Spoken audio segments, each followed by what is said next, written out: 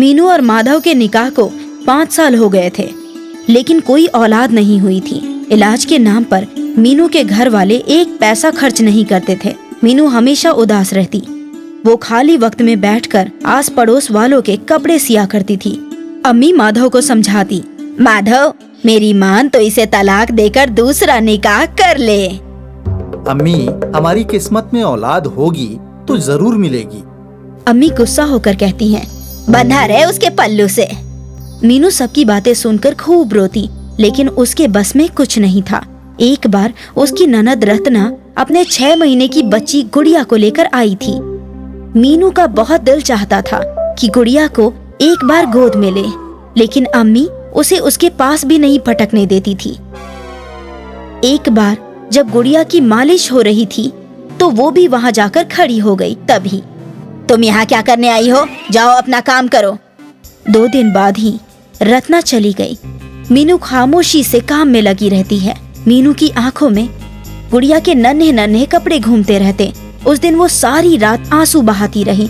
रात में उसके ख्वाब में एक साधु आए। बेटी, आंसू बहाना बंद करो, अपने घर के पीछे जाओ, वहाँ तुम्हें एक बक्सा रखा हुआ मिलेगा, उसको उठा लेना। तुम्हारे आंगन में बच्चे की किलकारियां गूंज उठेंगी। अचानक मीनू की आंख खुली तो सुबह हो गई थी। वो भागकर घर के पीछे गई। उसने देखा कि वहाँ वाकई में एक लकड़ी का संदूक रखा है। मीनू जल्दी से वो संदूक अपने कमरे में ले आई। उसकी सास ने उसे संदूक लाते हुए देख लिया तो वो भागती हुई आई और उसके हाथ से संदूक ले लिया और आंगन में ही रखकर संदूक खोलकर देखने लगी। संदूक में कुछ भी नहीं था। उसे बहुत गुस्सा आया। उसने भुनभुनाते हुए संदूक मीनू को वापस कर दिया। मैंने तो सोचा शायद तुम्हारे मायके से कुछ आया होगा, लेकिन ये तो खाली है। मीनू ने वो संदूक अपने कमरे में रख दिया और उस पर एक पंखा रख दिया। दूसरे दिन संदूक खोलकर देखा तो उसमें एक वैसा ही पंखा रखा था। मीनू को बड़ी हैरानी हुई। शायद माधव ने चुपके से सबकी नजरों से बचाकर ये पंखा रख दिया होगा। जब मीनू ने इस बारे में माधव से पूछा तो उसने कहा,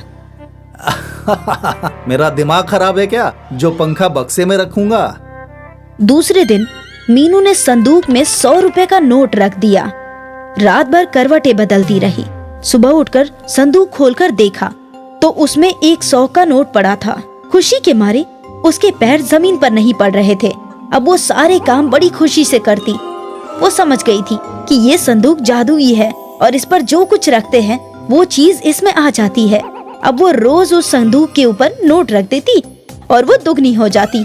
आहिस्ता आहिस्ता उसके पास बहुत सारे रुपए हो गए। उसने अपने शौहर से कहकर किसी बड़े अस्पताल में अपना इलाज कराने की सोची।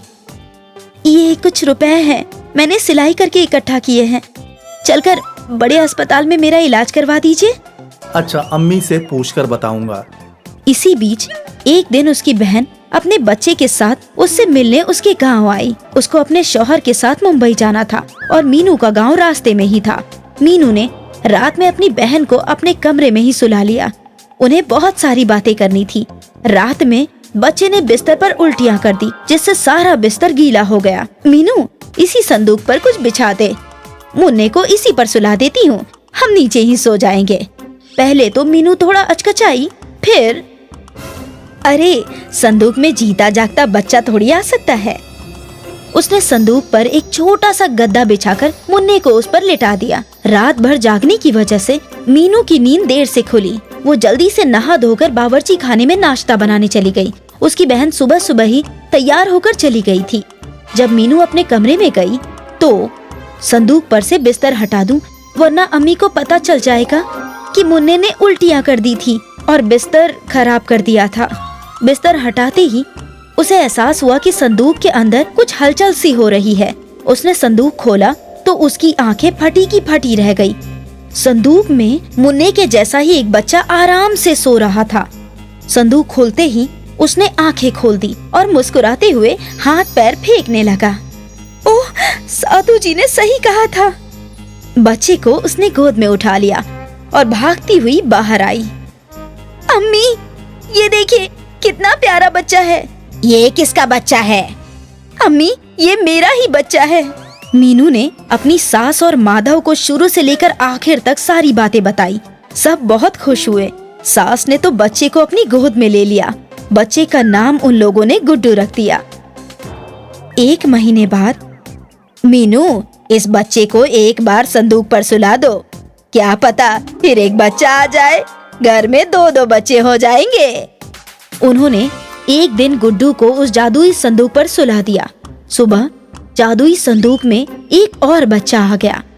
सब लोगों ने बड़ी मोहब्बत से बच्चों की परवरिश की। उनके पास संदूक की मेहरबानी से बड़ी सी कोठी, धन दौलत, नौकर चाकर और औलाद सब कुछ था। अब इस जादुई संदूक को भंडार घर में रख देती हूँ, ताकि बाहर का कोई शख्स उसे देख ना सके। जब किसी चीज की जरूरत होगी, जाकर संदूक के ऊपर रख दूंगी। सुबह वैसी ही चीज जादुई संदूक में रखी हुई मिल जाएगी। कई साल गुजर गए, बच्चे बड़े हो गए। दिवाली का दिन था। उसकी सास ने पूजा करके भंडार वाले कमरे में एक दीपक जलाकर रख दिया। कुछ देर बाद बच्चे खेलते खेलते उस कमरे में गए।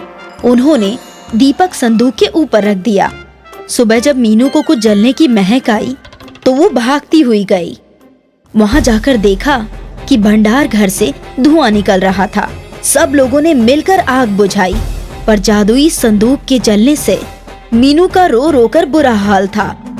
माधव ने मीनू को किसी तरह से समझा बुझाकर चुप कराया। हमें जो कुछ भी चाहिए था वो हमें सब कुछ मिल चुका है। जो है उसी में खुश रहने में भलाई है। जो चीज जैसे आई थी वैसे ही चली गई। हमें जादुई बक्से ने कितना कुछ दे दिया। मीनू ने अपने शौहर की बात मानी और खुशी खुशी अपनी जिंदगी जीने लगी। शीना और रवीना 2 बहनें थीं, लेकिन निकाह दोनों का ही काफी अलग होता है। शीना अमीर तो रवीना गरीब घर की बहू बनती है। हाय रवीना, क्या कर रही हो? कुछ नहीं दीदी, बस खाना बना रही हूँ। आप सुनाओ? मैं तो बस कमरे में बैठे बैठे कॉफी पी रही थी। सर्दी बहुत है ना?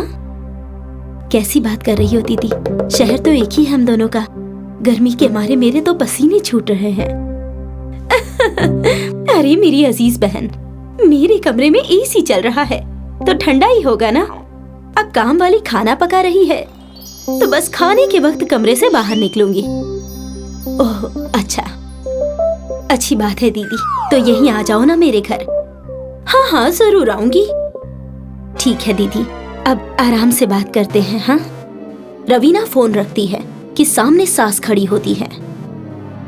ये ले तरबूजा खा ले, मैंने काटा है, सबको बांट दिया, ये तेरा हिस्सा। अरे अम्मी जान, मैं काट देती, आपने क्यों तकल्लुफ की?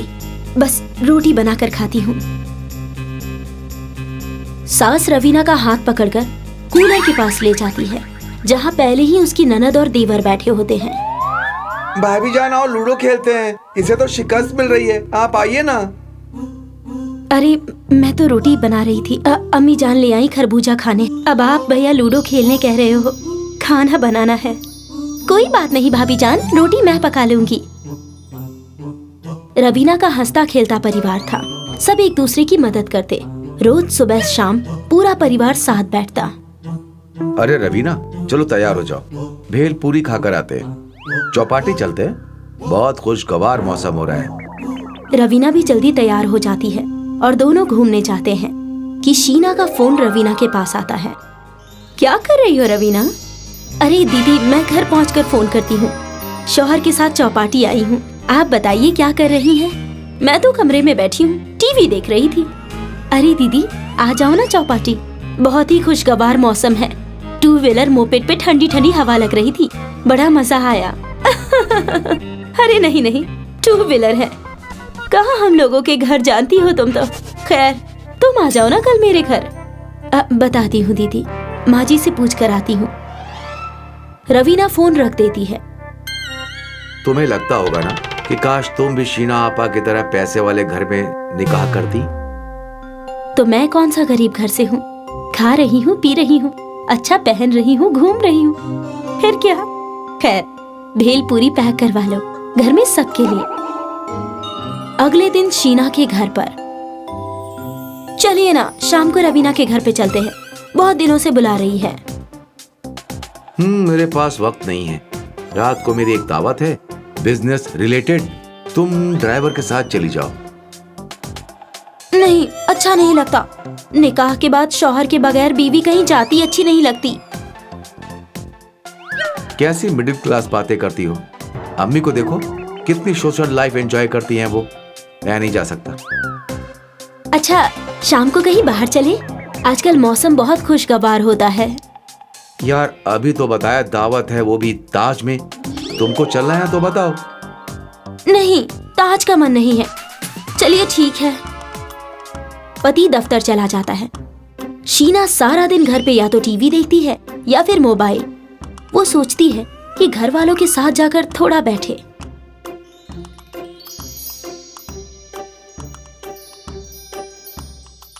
हाय बेटा, कोई काम था? मेरे कमरे में कैसे आज? कुछ नहीं माँ जी, बस मन नहीं लग रहा था तो। ओह, ये तंबोला खेलोगी? हम लोग ऑनलाइन खेल रहे हैं। आप अपने कमरे में जाओ, मैं लिंक भेज देती हूँ। शीना समझ जाती है कि सास जाने को बोल रही है। शीना वहां से चली जाती है। थोड़ी देर में मोबाइल में तंबोला खोलती है और फिर कुछ सोचकर खड़ी हो जाती है। शीना घर से बाहर आती है और ड्राइवर को रवीना के घर चलने के लिए कहती है। मेरी बहन के घर चलो। जी मैम साहब। और रास्ते में कोई मिठाई की दुकान मिले तो रोक देना। शीना मिठाई की दुकान में जाती है और एक से बढ़कर एक मिठाई खरीदती है। वो बहन के घर जाती है जहाँ पूरा परिवार एक साथ बैठा होता है। अरे शीना बेटा, आओ आओ, बाहर क्यों खड़ी हो? नमस्ते अम्मी जान। रवीना कहाँ है? रवीना अभी तो यही थी, अब पता नहीं। देखो जरा रोहन, भाभी कहाँ है? अम्मी, भाभी जान शायद आपने जो कपड़े दिए थे वो रखने अपने कमरे में गई हैं। मैं बुला लाता हूँ। अरे नहीं नहीं, मैं कमरे में चली जाती हूँ।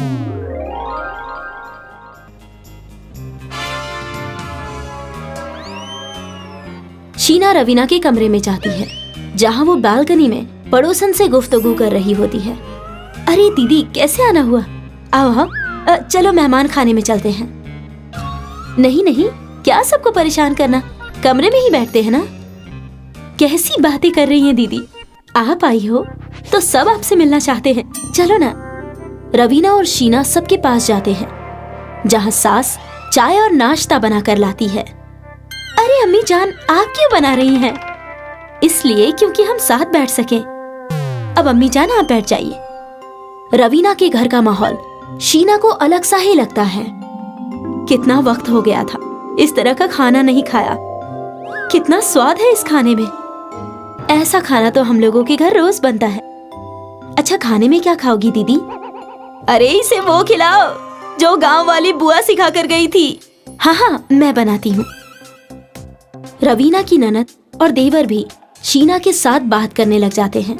दोपहर होते ही सारा घर जमीन पर चटाई बिछाकर खाना खाता है, अंताक्षरी खेलता है और खूब गप्पे लड़ाता है। शीना जब वापस घर को जा रही होती है तो रवीना की सास उसे पैसे देती है। बेटा, पहली बार बहन के घर आई हो। वैसे तो हम लोग तुम्हारे जितने अमीर नहीं है, लेकिन मैं बड़ी हूँ, ये छोटी सी भेंट रख लो। पता होता कि तुम आने वाली हो तो कोई साड़ी खरीद के रखती। शीना सास के पैर छूती है और आंखों में आंसू भरकर बोलती है, मैं तो सिर्फ पैसों से अमीर हूँ, लेकिन रवीना तो रिश्तों से अमीर है। जिंदगी में सच्ची हंसी और खुशी अपनों के साथ है, ना कि पैसों से। शीना वहां से चली जाती है और रवीना सास को देखकर मुस्कुराने लगती है।